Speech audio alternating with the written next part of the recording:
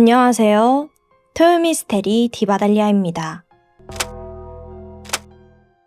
2017년 5월 7일 정오, 일본 기후현 미즈나미시의 한 조용한 주택가로 가볼게요.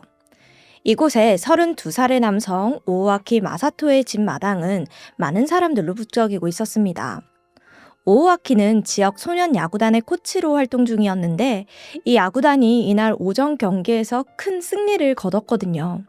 그래서 이를 기념하기 위해 선수들과 학부모를 포함한 총 26명의 인원을 자신의 집으로 초대한 겁니다. 바베큐 파티를 열려고요.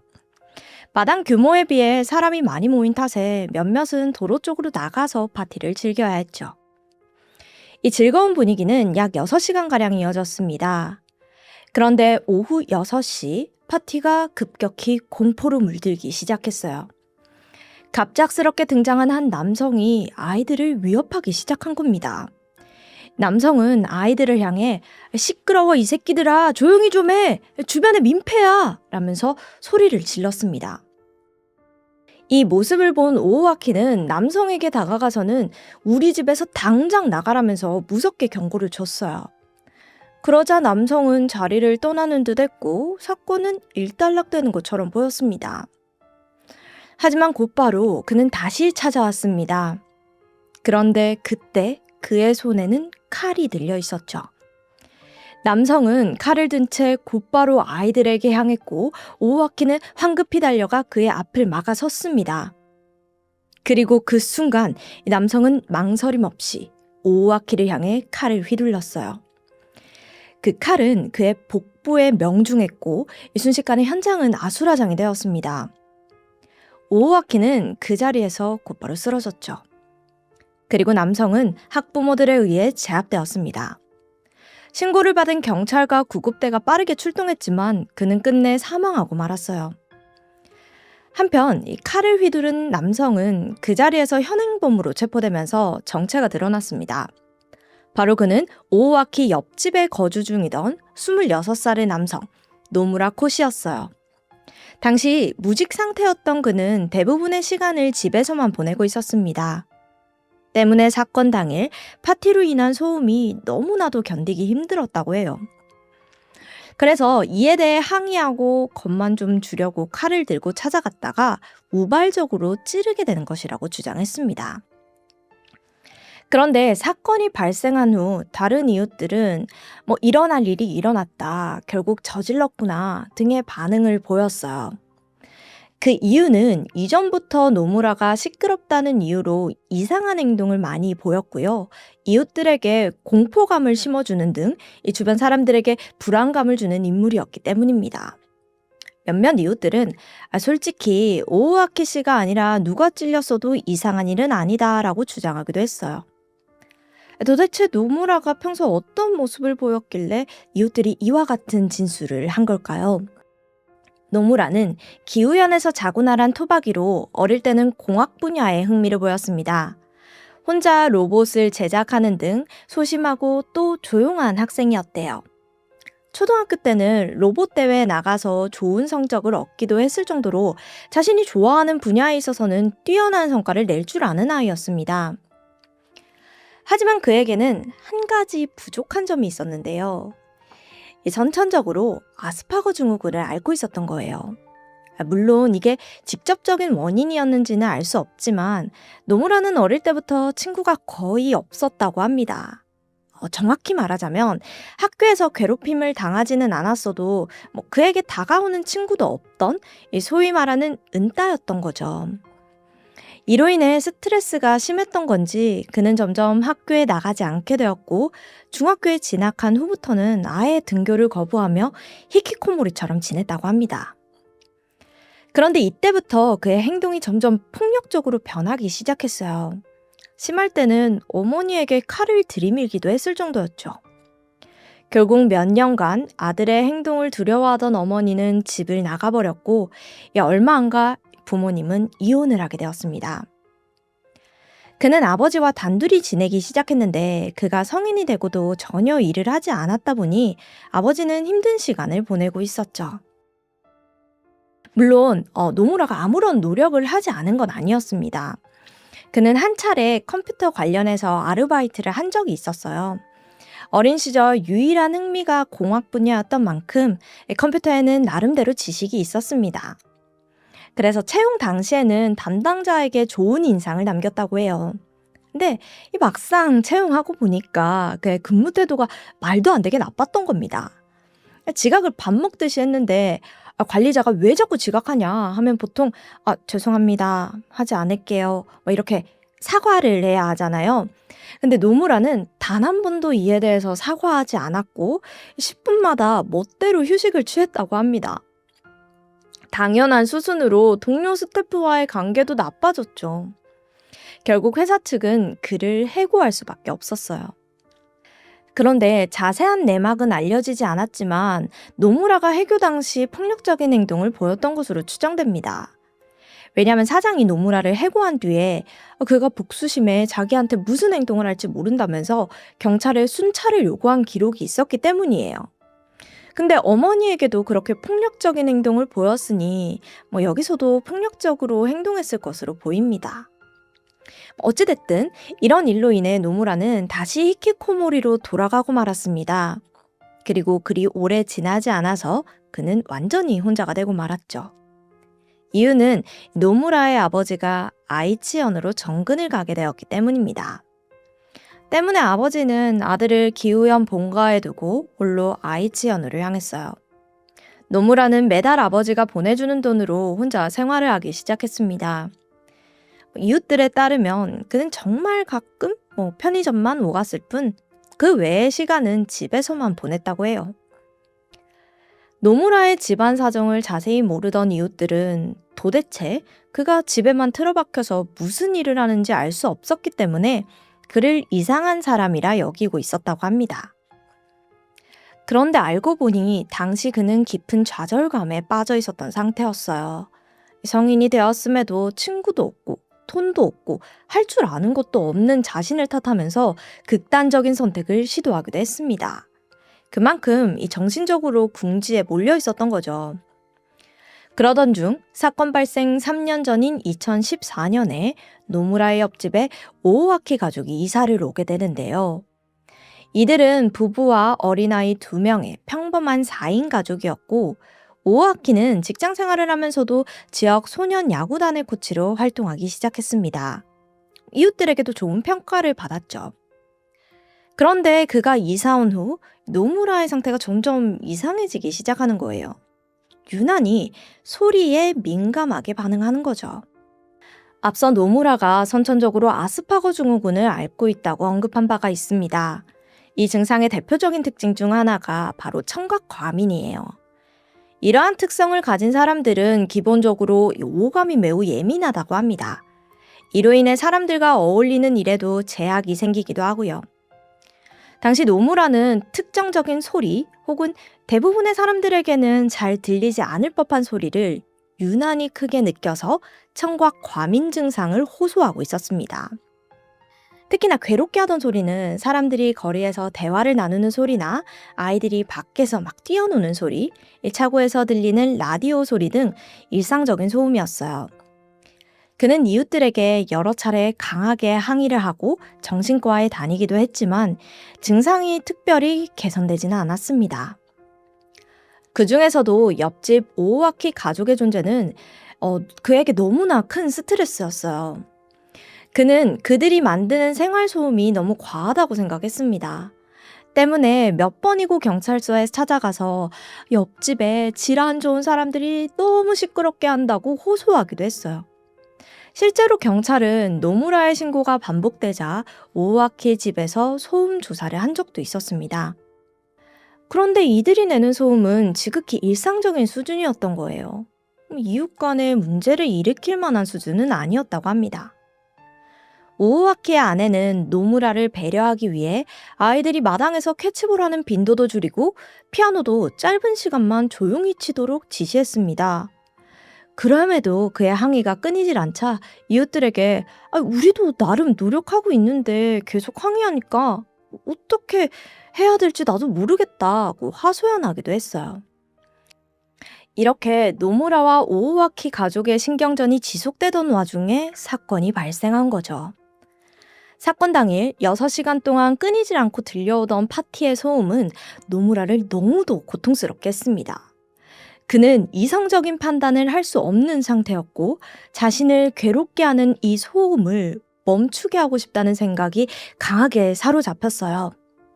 노무라는 몇 시간 동안 언제 항해하지? 라는 생각만 하고 있었고 자신이 소음 때문에 너무 힘들어하고 있다는 사실만 전해진다면 저들도 멈춰줄 것이라고 생각했습니다.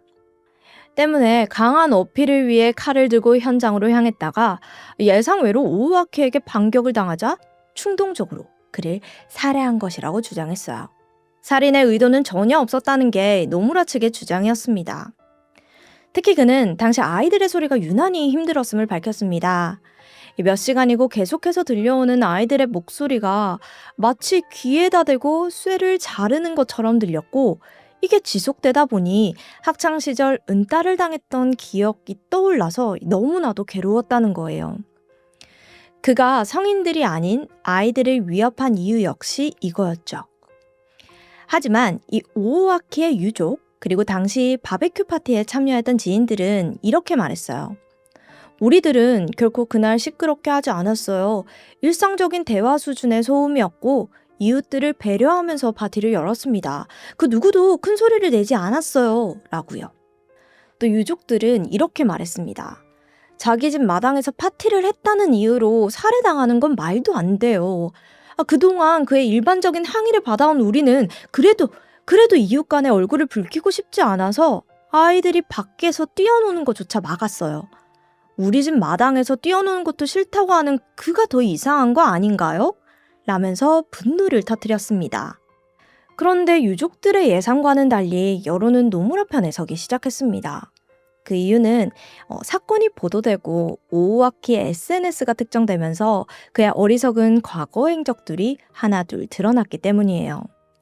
그의 SNS를 보면 무덤 앞에서 생선 화로구이를 해먹는 사진이나 어린 아들의 머리를 모이칸 스타일로 밀어버리는 사진 등이 업로드되어 있습니다. 이를 본 일본 네티즌들은 그가 흔히 말하는 도쿄 같다며 그를 비판하기 시작했어요. 이 도쿄이라는 게 반사회적, 비상식적, 경솔하거나 전응한 모습을 보이는 사람들을 의미하는 인터넷 멸칭이라고 해요. 그리고 애초에 일반적인 주택마당에서 26명이나 되는 사람들이 파티를 한 것 자체가 말이 안 된다는 지적이 나왔습니다. 게다가 그다지 시끄럽지 않았다는 것도 파티 참가자들의 주장일 뿐이라 실제로는 그들이 낸 소음이 노무라를 힘들게 했을 수도 있다는 이야기도 나왔습니다. 26명이 평범하게 대화만 나누고 있어도 결코 일반적인 수준의 소음은 아닐 거고 이건 정신적으로 문제가 없는 사람들조차 화나게 할 수준의 소음이 될 거라는 게 주된 비판의 내용이었죠. 2018년 10월에 열린 공판에서 노무라는 기소 내용을 전부 인정했습니다. 그리고 그 정신감정을 담당한 의사는 아스파거 증후군 그리고 청각 과민이 범행에 큰 영향을 주었을 것이라는 감정 결과를 발표했어요. 또한 그가 선천적으로 발달장애를 앓고 있었음에도 불구하고 부모님의 이혼으로 적절한 가정교육을 받지 못했던 점, 이로 인해 자신의 행동을 억제하는 법을 배우지 못했다는 점 역시 양형의 이유가 될 것이라고 주장했죠. 검찰은 노무라에게 징역 25년형을 구형했지만 최종적으로 15년이 선고되었습니다. 재판부는 정신감정 결과를 인정해 이 같은 판결을 내렸다고 해요. 하지만 노무라가 저지른 일로 인해 피해자 유족들은 15년이 지난 뒤에도 계속해서 고통 속에 살게 될 것이라며 유감을 표했습니다. 덧붙여 재판부는 노무라에게 이렇게 말했습니다. 당신이 저지른 일의 결과가 얼마나 중대한지 15년 후 사회에 복귀한 뒤에도 깊이 생각하시길 바랍니다. 그는 항소하지 않았고 현재까지도 복역 중이에요. 이 사건은 판결 이후에도 소소하게 논란이 되었습니다. 재판부가 피해자에게는 과실이 없다는 입장을 밝혔기 때문이죠. 이에 네티즌들은 노무라가 몇 년간 계속해서 소음 문제로 항의를 해왔음에도 6시간 동안 파티를 한 오오아키에게 잘못이 없다고 볼 수는 없지 않나며 비판을 늘어놓았습니다. 게다가 피해자의 유족 및 지인들이 경기에서 이겨 기쁜 나머지 파티를 한 것뿐인데 그게 왜 잘못이냐는 입장을 고수해온 것 역시 비판을 피할 수 없는 요소가 되기도 했어요. 그들은 자신들이 주위에 민폐를 끼치지 않았다고 주장하고 있지만 일반 주택가의 가정집에서 26명이 6시간 동안 파티를 했다는 사실만 두고 봤을 때는 그들의 행동 역시 상당히 비상식적으로 보인다는 건 인정해야 할 것 같습니다. 이번 사건은 단순한 소음 갈등을 넘어 이웃 간 배려의 중요성을 다시금 생각하게 만듭니다. 누군가에게는 사소한 소음이 또 다른 누군가에게는 일상을 파괴하는 고통이 될 수 있다는 사실을 모두가 인식할 필요가 있습니다. 참 어렵네요. 이 사람마다 소음의 정도라는 게요. 여러분의 생각은 어떠신가요? 지금까지 디바달리아였습니다. 안녕하세요. 토요미스테리 디바달리아입니다. 2022년 8월 9일 오후 9시 일본 아이치현 이누야마시의 산속을 지나던 한 남성이 이상한 광경을 목격했습니다. 차량 한 대가 금방이라도 추락할 것 같은 모습으로 절벽에 걸쳐져 있었던 거죠.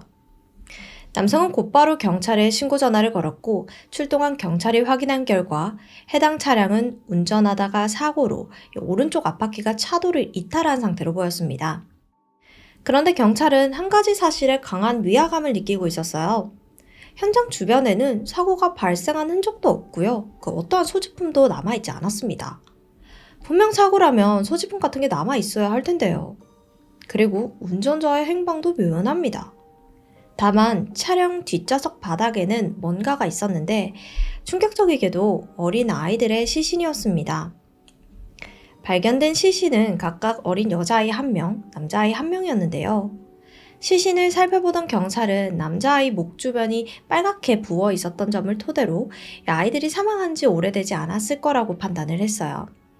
정황상 차량 소유주가 유력한 용의자인 상황에서 경찰이 곧바로 차량 명의자를 조사해봤죠. 그 결과 아이치현 호소마치에 거주 중이던 42세의 남성 다나카 다이스케라는 인물로 확인이 되었습니다. 그리고 8월 9일 새벽에 경찰은 즉시 그의 주소지로 출동을 했어요. 일단 그의 집에는 아무도 없었고 문도 잠겨 있었습니다. 경찰은 수색을 위해 강제로 문을 열고 들어갔죠. 천천히 집을 살펴보는데 여기서 한 구의 시신을 추가로 발견합니다. 시신의 신원은 42세의 여성 다나카 토모코, 바로 차량 소유주 다이스케의 아내였어요. 그리고 몇 시간 후 차 안에서 발견된 아이들의 신원이 다나카 부부의 아이들인 9살의 치유양과 6살의 토라군이라는 사실이 밝혀졌습니다. 하룻밤 사이에 다이스케의 아내와 아이들까지 전부 시신으로 발견된 상황. 하지만 다이스케는 어디에 있는지 전혀 파악이 되지 않았죠. 경찰은 유력한 용의자인 그를 찾기 위해 30명의 수색 인력을 파견했고 차량이 발견된 산속을 샅샅이 뒤졌습니다. 헬리콥터를 띄워 인근 숲까지 수색 범위를 넓혔지만 4일 동안 진행된 수색에도 다이스케는 하늘로 솟아버린 것 마냥 그 어디에도 발견되지 않았어요.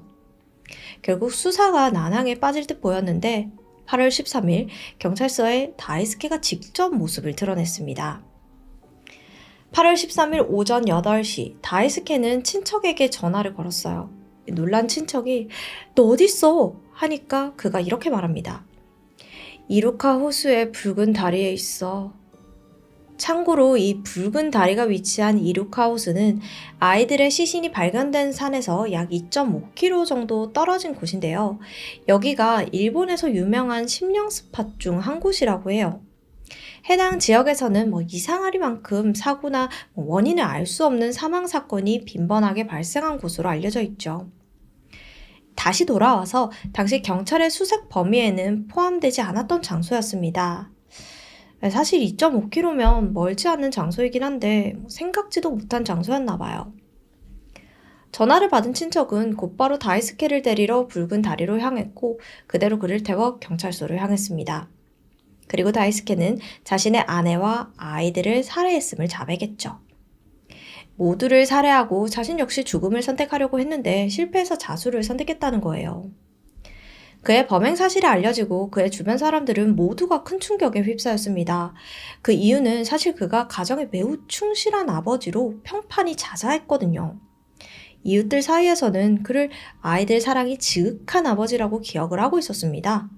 그리고 그의 가족을 이상적으로 화목한 가정이라고 여기는 사람들도 많았죠. 주변의 모두가 알 정도로 가족을 아끼고 사랑했던 다이스케는 어떠한 일을 계기로 이와 같은 참극을 벌인 걸까요? 그는 29살이 되던 해에 토모코를 만나 결혼했고 행복한 신혼생활을 이어갔습니다. 3년 뒤 부부에게는 선물 같은 아이도 생겼죠. 바로 첫째 딸 치유였어요. 또 3년 후에는 둘째 아들 토라도 태어납니다. 당시 가정 형편이 그리 좋은 편은 아니었지만 전기통신공사원이라는 안정적인 직업을 갖고 있어서 다이스케는 둘째가 태어나면서 내 가족이 지금 집보단 더 넓은 집에서 살 수 있는 주택을 짓기로 해요. 때문에 대출을 받아서 자신의 본가 근처인 후소마치에 집을 지었죠. 그리고 대출금을 갚기 위해 주 6일을 근무했다고 합니다. 출근은 매일 아침 5시 30분, 퇴근은 밤 10시. 극악의 스케줄이죠. 그럼에도 그는 결코 아이들에게 소홀하지 않았습니다. 그는 일주일에 단 하루 있는 소중한 휴일에도 매번 아이들과 놀아주면서 시간을 보냈어요. 아이들을 위해 마당에 직접 철봉으로 놀이기구를 만들어주기도 했고요. 아내 역시 가정 형편을 보태기 위해서 병원에서 보육교사로 일을 하고 있었다고 합니다. 이러한 모습을 지켜봐온 그의 주변 인물들은 가정에 충실한 다이스케 부부의 모습을 좋게 기억하고 있었고 심지어 다이스케는 그토록 바쁜 와중에도 마을 자치의 임원으로 활동을 하면서 마을 행사에도 열심히 참여하는 주민이었다고 해요. 한마디로 그의 평판은 매우 좋음 그 자체였죠. 아내와의 사이도 좋았습니다. 물론 가끔씩 다투기는 했지만 부부 사이에 안 다투는 경우는 잘 없잖아요. 다퉈도 항상 사소한 말다툼으로 끝나는 정도였다고 해요. 이처럼 화목했던 다이스케 가족에 사건 발생 한 달 전부터 균열이 생기기 시작했습니다. 그 이유는 아내의 행동에 의문을 품게 되었기 때문이었는데요. 그는 어느 순간부터 아내가 자신을 도청하고 도찰까지 한다고 의심이 든 거예요. 그 이유는 아내가 거실불을 켜고 자거나 컴퓨터를 다 사용하고 전원을 끄지 않는 일이 가끔 일어났기 때문이었습니다. 저로서는 이해가 안 가기는 하는데 그는 컴퓨터나 어딘가에 도청 기능이나 도청 장치를 심어놨다고 생각이 들었나 봐요. 그러니까 아내가 불을 켜고 자거나 전원을 끄지 않았다는 거에 의심을 든 거겠죠. 근데 사실 이렇게 의심하는 경우는 자신이 떳떳하지 못한 구석이 있으니까 이런 생각이 드는 거잖아요. 그래서 다이스케에게 무슨 일이 있었던 걸까 경찰이 조사를 해봤죠. 알아보니까 2022년 5월 다이스케는 한 차례 유흥업소에 방문을 했었는데 이때 이곳을 왔던 게 상당히 큰 죄책감을 가지고 있는 듯 했습니다. 그는 인터넷으로 자신이 방문한 유흥업소가 불법인지 아닌지 조사를 하기도 했고 방문 사실을 아내에게 들킬까봐 오랫동안 전전긍긍했다고 해요. 이 불안함이 커져서 그는 점점 아내의 행동 하나하나가 자신이 업소를 방문했다는 증거를 잡기 위한 것으로 보기 시작했던 겁니다. 결국에는 사건 발생 2주 전인 7월 27일 그는 도청기 감지기를 구매하게 이릅니다. 그래서 구입한 감지기로 집, 차 등등 구석진 곳을 살폈어요. 하지만 그 어디서도 도청기는 발견되지 않았죠. 7월 31일, 이날은 온 가족이 함께 강에 나들이를 나갔던 날이었습니다. 즐거운 시간을 보내고 집에 돌아오던 길, 아내는 자신의 핸드폰을 찍은 아이들의 사진을 라인 메신저를 통해서 다이스케에게 전송을 했어요. 일본에는 카카오톡이 아닌 라인을 쓰니까요. 부부끼리 자녀의 사진을 공유하는 건 극히 자연스러운 행동이죠. 그런데 다이스케는 내가 부탁한 것도 아닌데 사진을 왜 보내지? 라고 생각을 했던 거예요. 이 모든 게 꼬아서 생각이 든 거예요, 지금. 그리고 이후 받은 사진을 확인하면서 아내가 자신의 핸드폰에 바이러스를 심으려 하는구나 이렇게 확신을 합니다. 그 근거는 사진을 누르면 아래에 뜨는 얼굴 모양의 스탬프가 있는데 왜인지 모르겠는데 그 스탬프를 보고 이걸 누르면 해킹이 된다는 걸로 생각을 했었던 것 같아요. 어이가 없죠. 쉽게 말하면 카카오톡에 답장을 안 해도 될 것 같고 그렇다고 안 하기도 좀 그렇고 할 때 밑에 보면 이런 이모티콘들 뜨잖아요. 그걸 누르면 이게 바이러스구나 생각을 하는 거죠. 또 한 번은 이런 경우도 있었어요. 아내가 다이스케에게 내가 시부모님에게 잘못 보인 건 아닐까라는 말을 했습니다. 이거 들어보면 단순히 며느리로서의 고민이잖아요. 그러나 다이스케는 이걸 다르게 생각해요. 이 말을 듣고 아내가 지금 자신과 이혼을 하고 싶어 한다고 생각한 겁니다. 그리고 도청이나 도찰, 자신의 핸드폰에 바이러스를 심으려 했던 것들이 모두 이혼을 위한 증거를 수집하기 위한 행동이라고 확신했죠. 하지만 다나카의 의심은 전혀 사실이 아니었습니다. 아내는 도청이나 도찰은커녕 이혼에 대한 생각조차 하고 있지 않았거든요. 평범하게 아이들과 시부모님을 만나러 가기도 하고 아이들은 할머니, 할아버지에게 운동회에 있었던 일을 자랑하면서 즐거운 시간을 보냈다고 해요. 여름 방학에는 1박 2일로 다 같이 교토 여행도 갈 생각이었습니다. 그런데 가족 모두가 기대하고 있었던 이 여행이 시작되기도 전에 이 사건이 발생하고 말았던 거죠. 사건 당일인 8월 9일, 아내보다 먼저 눈을 뜬 다이스케는 조용한 집을 둘러보면서 문득 이런 생각에 휩싸이게 되는데요. 난 역시 아내에게 도찰당하고 있어. 그리고 아내가 일어날 때까지 기다렸다가 일어난 아내에게 이렇게 물어요. 혹시 도청기나 카메라 설치한 적 있어? 갑작스럽게 이상한 질문을 받게 된 아내는 어이없다는 반응을 보이면서 말도 안 돼. 당신이 설치한 거 아니야? 라고 반문했습니다. 그리고 그런 짓을 할 사람이면 같이 못 살지 라는 말을 덧붙였죠. 그리고 아내는 평소처럼 이불을 정리하고 있었습니다.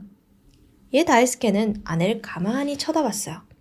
그리고는 속으로 역시 아내는 나와 이혼을 하고 싶어 하네 라고 확신했고 이 두 사람의 말다툼이 시작됩니다. 싸움이 점점 더 격해지니까 이 과정에서 다이스케는 충동적으로 아내의 목을 졸랐고 그녀는 격렬히 저항했지만 그대로 사망하고 말했죠. 홧김에 아내를 살해해버린 그는 뒤어 잠에서 깨어난 아이들을 차에 태우고 인근 편의점으로 향했어요. 그리고 주차장에 차를 세워둔 채 아이들에게 간단한 아침을 사 먹이면서 아빠가 엄마랑 싸워서 같이 못 살게 됐어 라고 말했습니다. 아이들은 대수롭지 않게 받아들이면서 우리가 같이 사과할 테니 엄마랑 화해하자 라고 대답했어요.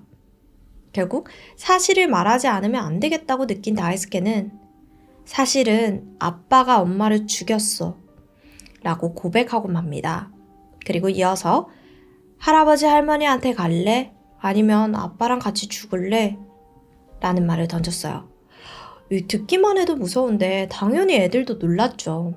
놀란 아이들은 그 자리에서 울기 시작했고 이 다이스케 주장에 따르면 아이들도 울면서 그럼 아빠 우리도 같이 죽을게 라고 대답을 했다고 합니다.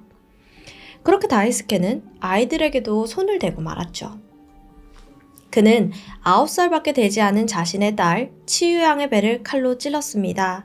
그리고 고작 6살 난 아들 토라군도 목 졸라 살해했고요. 이후 그대로 차를 몰고 이누야마의 한 산으로 향한 그는 죽어가는 아이들과 차를 아무 때나 방치하고 자신도 죽기 위해 자리를 떴습니다.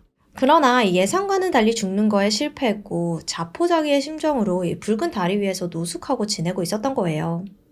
다리 위에서는 그가 불을 피운 흔적이나 스스로 머리를 자른 흔적도 발견이 되었고요. 그리고 그의 목이나 팔에는 깊은 자상이 남겨져 있었는데 자상을 보면 그가 범행 후에 극단적인 선택을 도모했다는 사실을 확인할 수 있었습니다. 다이스케는 경찰에 아내와 싸우다가 우발적으로 살해한 거고 아이들은 범죄자의 아이들로 살아가게 하고 싶지 않았다. 그리고 다행히도 우리 아이들도 나와 같이 죽겠다고 대답을 해서 죽이게 되었다. 이렇게 진술을 했습니다. 이에 대해 변호인 측은 다이스케가 망상 증상에 시달리고 있다는 점을 들어서 이 사건을 심신미약으로 인한 상해 사건이라고 주장을 했죠. 그러면서 그에게는 징역 25년 정도가 타당하다는 입장을 밝혔습니다. 그러나 검찰 측은 다이스케가 망상에 시달리고 있다는 사실을 인정하지만 그게 범행 동기로 이어지는 이유가 납득이 가지 않는다고 단호하게 대답을 했습니다. 또한 무려 약 1년에 걸친 정신 감정을 통해 그의 상황 판단력이 망상으로 인해 흐려졌을 가능성은 분명히 있지만 행동의 옳고 그름을 판단하지 못할 정도로 지적 능력이 손상된 상태는 아니었을 거라고 주장을 했습니다. 결국 검찰 측은 그에게 형사 책임 능력이 있다고 판단을 한 거죠. 2024년 6월 25일 다이스케의 첫 공판이 열렸습니다. 그는 자신에게 적용된 모든 혐의를 인정했고 검찰은 앞서 언급했던 이유를 근거로 그에게 징역 30년을 구형했죠. 이 재판에서 다이스케의 장모님이 증인으로 참가해서 이렇게 말했다고 해요. 딸은 이혼 얘기를 한 번도 꺼낸 적이 없어요. 이혼 얘기는커녕 남편의 험담조차 하지 않았고요. 사건이 발생하기 얼마 전에 즐겁게 운동회에서의 일을 자랑하던 손자들이 아빠와 같이 죽겠다고 직접 말했다는 건 전혀 납득이 가질 않습니다. 라고요. 하지만 다이스케는 장모님이 가진 의문에 대해서는 대답을 하지 않았고 초기 진술처럼 같은 입장을 고수했습니다. 아내는 말다툼 중에 우발적으로 살해했고 아이들은 범죄자의 아이들로 만들고 싶지 않아서 살해했고 또 아이들이 같이 죽겠다고 말했기 때문에 살해한 것이라는 그 입장이요. 그리고 2024년 7월 9일 최종적으로 다이스케에게 징역 30년이 선고되었습니다. 그는 지금부터 매일 처가댁 식구들, 우리 부모님, 그리고 내가 죽인 아내와 아이들 모두의 심정을 생각하며 살아가겠습니다. 라고 말하면서 자신의 형량을 받아들였죠. 그리고 항소하지 않아 그대로 형은 확정되었습니다. 그러나 그의 처가댁 식구들은 범행 동기가 충분히 납득되지 않는다며 분노했습니다. 내내 다이스케의 장애 이야기만 잔뜩 들었을 뿐 정말 그것이 아내와 아이들을 모조리 살해할 동기가 되는지 이해가 가지 않는다는 겁니다. 그러나 끝까지 다이스케는 유족도 검찰도 제대로 납득하지 못하는 범행 동기에 대해서 더 이상 입을 열지 않고 있죠. 무엇보다 가족을 사랑하던 아버지라고 보여졌던 다이스케가 저지른 충격적인 가족 살인 사건. 그는 자신의 손으로 가족들의 생명도 끊고 극단적인 선택도 실패한 후에 며칠간 붉은 달을 위해서 무슨 생각을 했을까요? 오늘의 사건을 보면서 이 속담이 생각났습니다. 도둑이 제발저리다. 이 말은 죄 지은 사람이 자신의 잘못을 드러날까봐 두려워하는 모습을 비유한 속담인데요. 저는 다이스케가 업소에 간 후로 전전긍긍하다가 결국 정신병까지 오게 됐고 가족까지 살해했다라는 생각이 들었습니다. 다이스케에게 자신의 잘못을 인정하고 사과할 수 있는 솔직함과 용기가 있었더라면 상황은 어떻게 좀 달라지지 않았을까요? 직면해야 하는 상황은 용기 있게 직면하는 것이 세상을 잘 살아갈 수 있는 방법이 아닐까 싶습니다. 허무하게 세상을 떠난 세 사람의 명복을 빌며 오늘의 이야기 마치도록 하겠습니다. 지금까지 디바달리아였습니다.